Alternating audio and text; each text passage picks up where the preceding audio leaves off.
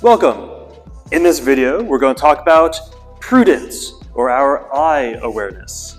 For fun, right? So the Lynx, which is like the mascot of this channel, is one of the 4 animals associated with an aspect of swordsmanship according to Fiore, right? So Fiore is an Italian swordmaster. The Lynx is associated with Prudence.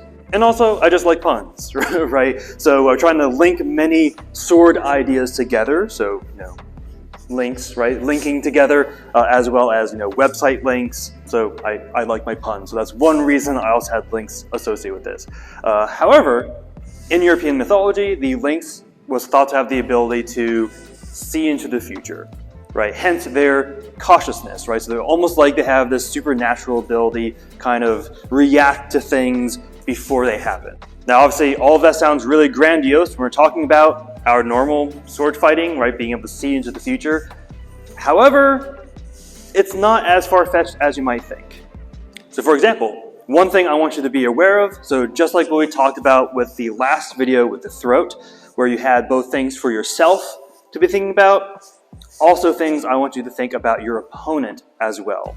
So if you ever sparred someone, especially if they're new, you're going to notice that their eyes kind of go to where they're planning to hit, right? Especially in kendo, right? Because you're making a lot of heavy eye contact. You can sometimes see their eyes kind of flick down towards your kote before they try to go in for something, right? So is that literally seeing into the future? Of course not, right? Unless if you believe in determinism, which some people do, right? So we're all actions already predetermined. But anyway, by being able to spot tells of your opponent, that's going to be able to open up a lot of higher level swordsmanship. Additionally, on top of just looking at their eyes and seeing what they are planning on doing, you also need to be aware of what you're doing. So if you know you want to go for someone's wrist or go for someone like right underneath their elbow, aiming for the rib, for example, having this other ability is going to kind of help you in that direction. So I made another video, which I hopefully described in better detail, but there's an idea called metsuke, right? So the idea with metsuke is you're able to perceive a wider range of things without hyper-focusing, right? So it's kind of like the anti-ADHD, right? ADHD, you're able to like focus on many different things, one at a time, right? The idea with metsuke is if I'm just looking ahead, I still want to be able to perceive, what's going on with the mirror over here, what's going on with that target over there, why is 202 always so packed? So think about many different things, right? As opposed to being like mirror, target, car crash, and all sorts of weird things, right? So being able to see everything at once. So you can probably assume, instead of merely looking at their eyes to see what their tells are going to be, so they being your opponent, extrapolate, right? Because some people will not have tells that are from their eyes, right? They probably know they shouldn't look at, the crown of your head before they aim for that strike. They instead just look you in the eye and they still go in for that strike. But that doesn't mean they don't have tells, right? So, for example, like in open hand fighting, I have very, very clear tells because I'm not as used to open hand fighting, right? So, for example, if I'm getting ready to give a punch, my shoulder might like kind of do a little quiver before I really throw that punch.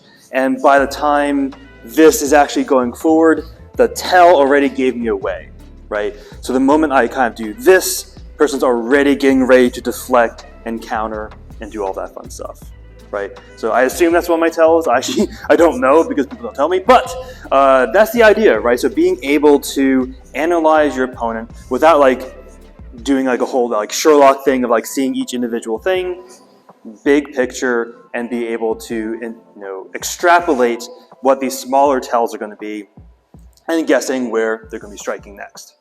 But obviously, metsuke also works for a wider range of things as well, right? So yes, focusing on that one person, but also more in the case of when you're doing forms or you're doing like a larger scale sort of thing, being able to perceive a little bit, it's going to be a little bit grandiose, but perceive everything at once, right?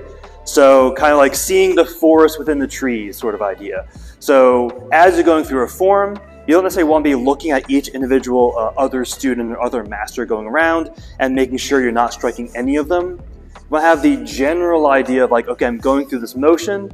I know, Bob's over here, Frank's over there, and I just don't want to cut them, which is a very key thing to be able to do, because if you're always like pinpointing each time, there's going to be something that's going to sneak in when you're not expecting, as opposed to if you have a general radar, once something pings, whether or not it's something that you already had keyed before, you're still good. But this isn't a new idea, right? We talked about the sternum and the pectorals being very, very relaxed as you go through sword motions.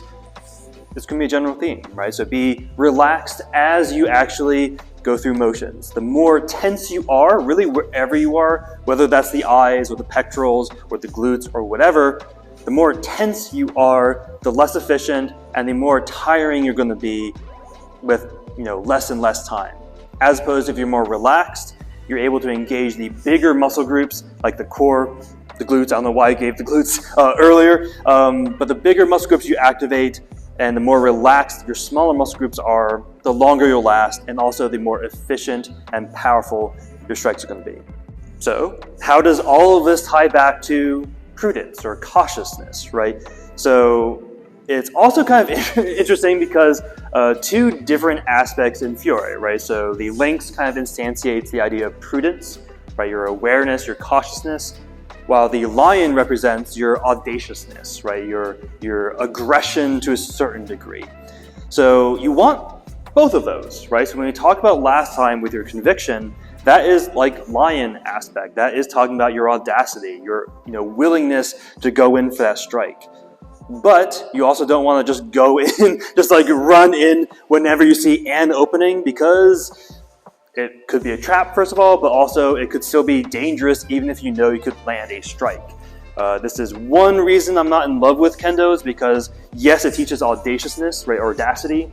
Is audaciousness the word? I'm not sure. But the audacity, right, being able to go in with those strikes, regardless of collateral damage.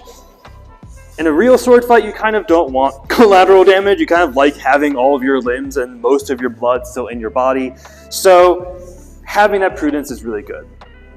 But how does Metsuke and how does being relaxed go to that, right? So as anyone who's ever been under a timeline and have been stressed, the more stressed you are, the less efficient you are in terms of focusing on stuff, right?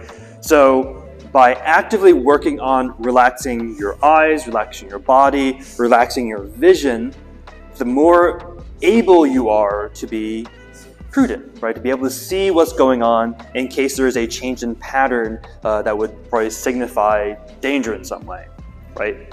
Likewise, being able to look into the other person, look into the soul, if you really want to think of it that dramatically, and see what their tells are, is also going to help be prudent, right? Being able to anticipate where they're going to be striking merely by looking at them. But as with everything, I want you to again think about working your way up through these different nodes of awareness. So with that, make sure you stay safe, stay humble, and keep training.